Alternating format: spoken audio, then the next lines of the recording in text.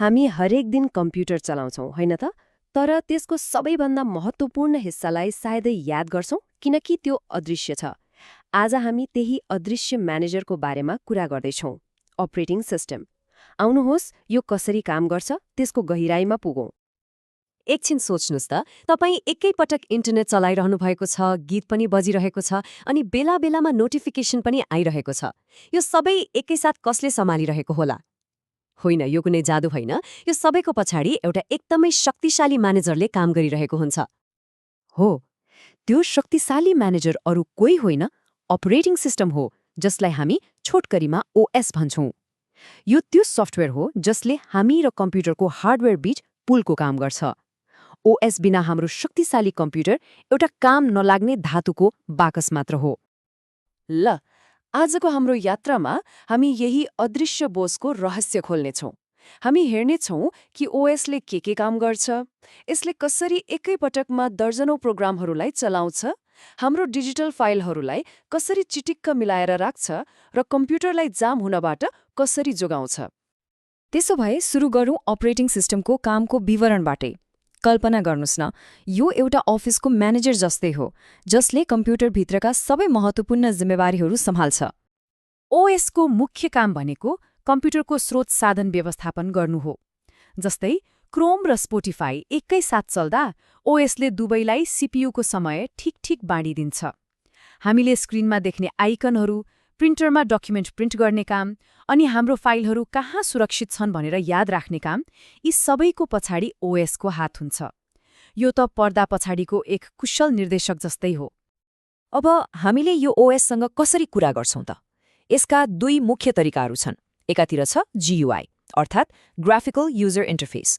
Windows र म्याकओएसमा जस्तै जहाँ हामी आइकन र मेन्युहरूमा क्लिक गर्छौं अर्कोतिर छ सीएलआई अर्थात् कमान्ड लाइन इन्टरफेस लिनक्स टर्मिनलमा जस्तै जहाँ हामी टाइप गरेर आदेश दिन्छौं एउटा हेरेर चलाउने अर्को लेखेर अब कुरा गरौँ ओएसको सबैभन्दा भनौँ न जादुई क्षमताको बारेमा मल्टिटास्किङ यसले कसरी एकैपटक यति धेरै कामहरू गर्न सक्छ यो त यस्तो भयो मानव कुनै बाजीगरले दर्जनौं बलहरू एकैसाथ हावामा उफारिरहेको छ ओएसले हाम्रो प्रोग्रामहरूसँग ठेकै त्यही गर्छ यो कसरी सम्भव हुन्छ त यसको रहस्य प्रोसेस र थ्रेडको भिन्नतामा छ प्रोसेस भनेको पूरै प्रोग्राम हो जस्तै गुगल क्रोम तर थ्रेड भनेको त्यो प्रोग्रामभित्रका साना साना कामहरू हुन् जस्तै क्रोमको एउटा ट्याब त्यसमा चलिरहेको भिडियो वा कुनै डाउनलोड महत्त्वपूर्ण कुरा के हो भने यी सबै थ्रेडहरूले एउटै मेमोरी साझा गर्छन् जसले गर्दा यिनीहरू एकदमै छिटो र हल्का हुन्छन् हरेक प्रोग्राम वा प्रोसेसको एउटा जीवनचक्र हुन्छ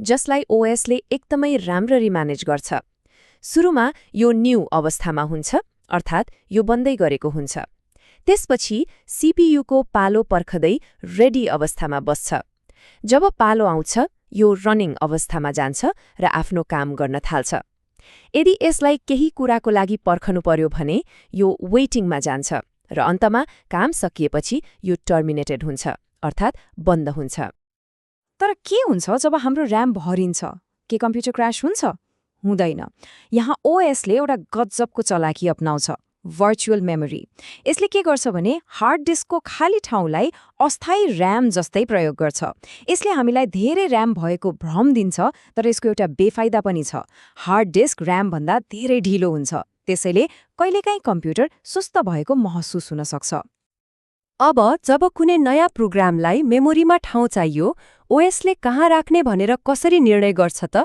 यहाँ मुख्यतया दुई रणनीतिहरू छन् फर्स्ट फिटले भेटेको पहिलो ठूलो खाली ठाउँ दिन्छ यो छिटो त हुन्छ तर कहिलेकाहीँ साना साना टुक्राहरू खेर जान सक्छन् अर्को छ बेस्ट फिट जसले प्रोग्रामलाई ठ्याक्कै मिल्ने सबैभन्दा सानो खाली ठाउँ खोज्छ यसले ठाउँको बचत गर्छ तर यो अलि ढिलो हुन्छ अब फाइल व्यवस्थापनको कुरा गरौँ सोच्नुस् त हाम्रो कम्प्युटरमा हजारौं लाखौं फाइलहरू हुन्छन् ओएस एउटा यस्तो सुपर लाइब्रेरियन हो जसलाई हरेक फाइल कहाँ छ भनेर ठ्याक्कै थाहा हुन्छ र मागेको 1 सेकेन्डमै फेला पार्न सक्छ हार्ड डिस्कबाट डेटा निकाल्ने कामलाई छिटो बनाउन ओएसले स्क्यान वा एलिभेटर एल्गोरिदम जस्ता विधिहरू प्रयोग गर्छ यो ठ्याक्कै एउटा एलिभेटर जस्तै हो डिस्कको हेड एउटा दिशामा जान्छ, बाटोमा पर्ने सबै अनुरोधहरू पूरा गर्दै अन्त्यसम्म पुग्छ र त्यसपछि मात्र आफ्नो दिशा बदल्छ।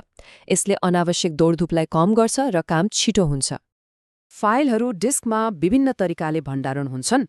कन्टिग्युअसमा फाइलका सबै भाग एकै ठाउँमा लहरै राखिन्छ, जुन छिटो हुन्छ। लिङ्क्डमा फाइलका टुक्राहरू एक अर्कासँग साङ्लोले बाँधिए जस्तै जोडिएका हुन्छन्, तर आजको आधुनिक मानक इन्डेक्स्ड हो। यसमा एउटा इन्डेक्स ब्लक हुन्छ जसले फाइलका सबै टुक्राहरूको नक्सा राख्छ। यो छिटो र लचिलो दुवै भएकोले सबैभन्दा प्रभावकारी मानिन्छ। हाम्रो कम्प्युटरभित्र त एउटा सानोतिनो सहर नै चलिरहेको हुन्छ, जहाँ सयौं प्रोग्रामहरू यताउता दौडिरहेका हुन्छन्। अब यिनीहरूलाई एक आपसमा ठोक्किनबाट कसले जोगाउँछ त? हो, फेरि पनि ओएसले नै, एक कुशल ट्राफिक कन्ट्रोलरले जस्तै। कम्प्युटिङमा एउटा ठूलो चुनौती छ जसलाई भनिन्छ क्रिटिकल सेक्सन समस्या। यो तब हुन्छ जब दुई वा बढी प्रोग्रामहरूले एउटै साझा डाटालाई एकै पटक परिवर्तन गर्न खोज्छन्। उदाहरणको लागि सोच्नुस् त एउटै ब्याङ्क खाताबाट दुई फरक एटिएमले एकै समयमा पैसा निकाल्न खोज्यो भने के होला? हिसाब नै गडबड हुन्छ। यो समस्याको समाधान पनि ओएससँगै छ, म्युटेक्स लक। र यसलाई बुझ्ने सबैभन्दा राम्रो तरिका भनेको सार्वजनिक शौचालयको साँचोको उदाहरण हो। जसको हातमा साँचो छ ऊ मात्र भित्र जान सक्छ, अरूले बाहिर पर्खनुपर्छ। म्युटेक्स लकले पनि ठ्याक्कै त्यही गर्छ।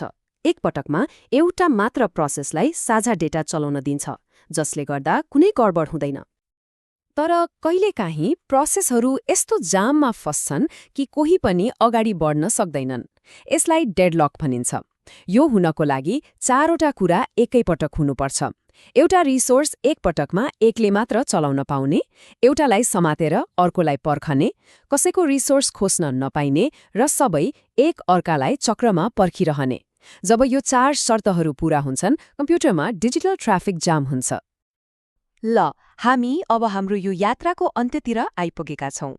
यति कुरा गरिसकेपछि यो त स्पष्ट भयो कि अपरेटिङ सिस्टम हाम्रो कम्प्युटरको जग हो, एक अपरिहार्य प्रबन्धक जसले सबै कुरालाई सम्भव बनाउँछ। छोटकरीमा भन्नुपर्दा ओएसले तीनवटा मुख्य भूमिका खेल्छ। यो एक प्रबन्धक हो जसले स्रोत साधन बाँड्छ, एक नियन्त्रक हो जसले हार्डवेयर चलाउँछ र एक प्लेटफर्म हो जसमा हाम्रा सबै एपहरू चल्छन्। त्यसैले अबदेखि जब कम्प्युटरमा केही क्लिक गर्नुहुन्छ वा केही टाइप गर्नुहुन्छ, याद राख्नुहोस् त्यो वास्तवमा यो शक्तिशाली प्रणालीलाई गरिएको एउटा अनुरोध हो।